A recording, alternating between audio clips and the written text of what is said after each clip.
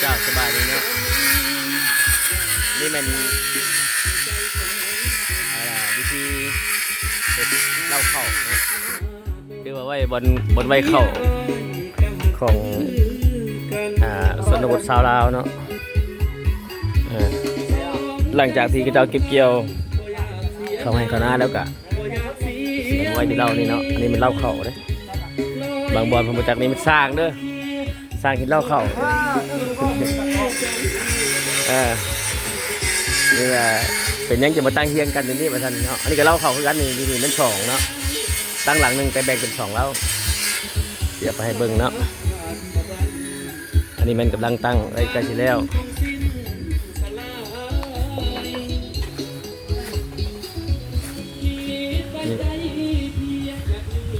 หลังนี้ก็ถือว่าตั้งแล้วเนาะอีกเป็นสองเหล้าเขานี่มันอยู่บ้านโหสารเมืองสกลแขวงสวรรณเขตเนาะทางบ้านโหสารมันเป็นบ้านนึงเป็นบ้านเก่าแก่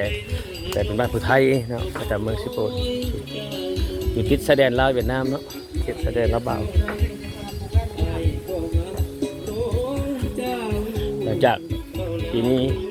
เป็นคนตั้งมานอกนี่เพราะงั้นว่าบ้านโหสารเฮาเนี่ยถูกน้ำท่วมเนาะส่วนหลายเสี่ยงแต่ว่าปีนี้คือสิรอดไปเลย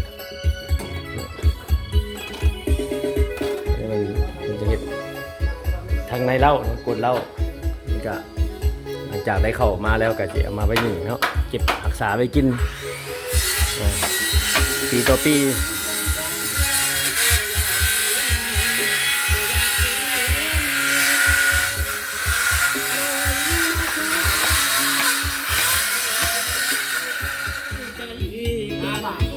เงินประตู